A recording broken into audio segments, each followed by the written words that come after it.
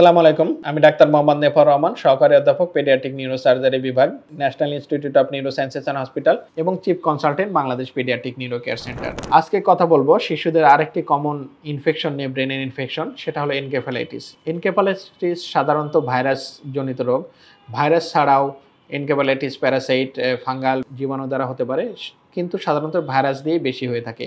Encephalitis রোগে সাধারণত আমাদের কাছে যেসব উপসর্গ নিয়ে শিশুরা আসে বা দেখা যাচ্ছে বাচ্চার জ্বর, বাচ্চার খিঁচুনি, বাচ্চা লেথার্জিক হয়ে গেছে, সাথে বমি থাকতে পারে, বাচ্চা অচেতন হয়ে যেতে পারে, অথবা দেখা যাচ্ছে বাচ্চার কোনো সাইড দুর্বল হয়ে যেতে পারে। এরকম বিভিন্ন ধরনের সাধারণত সমস্যা নিয়ে আমাদের কাছে আসে।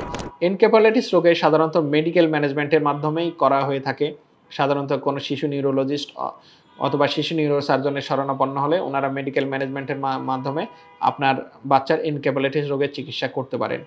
কিন্তু কিছু কিছু ক্ষেত্রে এখানে শিশু নিউরোসার্জনের দরকার হতে পারে। যখন দেখা যাচ্ছে এনকেফালাইটিসের কারণে আপনার বাচ্চার ব্রেনে কোনো সমস্যা হয়েছে, ব্রেনে কোনো ধরনের লেশনের মতন বা ব্রেনে কোনো ধরনের ক্ষত তৈরি হয়েছে, সেটা আসলে এনকেফালাইটিসের কারণে না টিউমারের কারণে। কারণ এনকেফালাইটিসে অনেক সময় টিউমার সদৃশ এক ধরনের ব্রেনের ক্ষত তৈরি হয়, টিউমার সদৃশ মনে হয়। সেটা নিশ্চিত হওয়ার জন্য সেখান থেকে অনেক সময় বায়োপসি আনার প্রয়োজন পড়ে।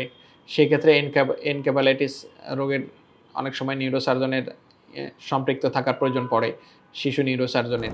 কোনো সময় দেখা যাচ্ছে এনকেফালাইটিসের কারণে যদি দেখা যাচ্ছে অন্যান্য উপসর্গ ব্রেনের মধ্যে বিভিন্ন ধরনের, যদি এনকেফালাইটিসের সাথে সাথে মেনিনজাইটিসও হয় যায়, মেনিনগো এনকেফালাইটিস যেটাকে বলে, সেক্ষেত্রে যদি ব্রেনের মধ্যে পানি জমে বা পুজ হয়, সেক্ষেত্রেও একজন পেডিয়াট্রিক নিউরোসার্জনের শরণাপন্ন হতে হয়। সুতরাং এনকেফালাইটিস রোগ হলে সাধারণত যেসব উপসর্গ থাকে সেসব উপসর্গের মধ্যে বললাম জ্বর, মাথা ব্যথা, অনেক বমি, খিঁচুনি, চোখে ঝাপসা দেখা, কোনো এক সাইড দুর্বল হয়ে যায়, এগুলো থাকতে পারে।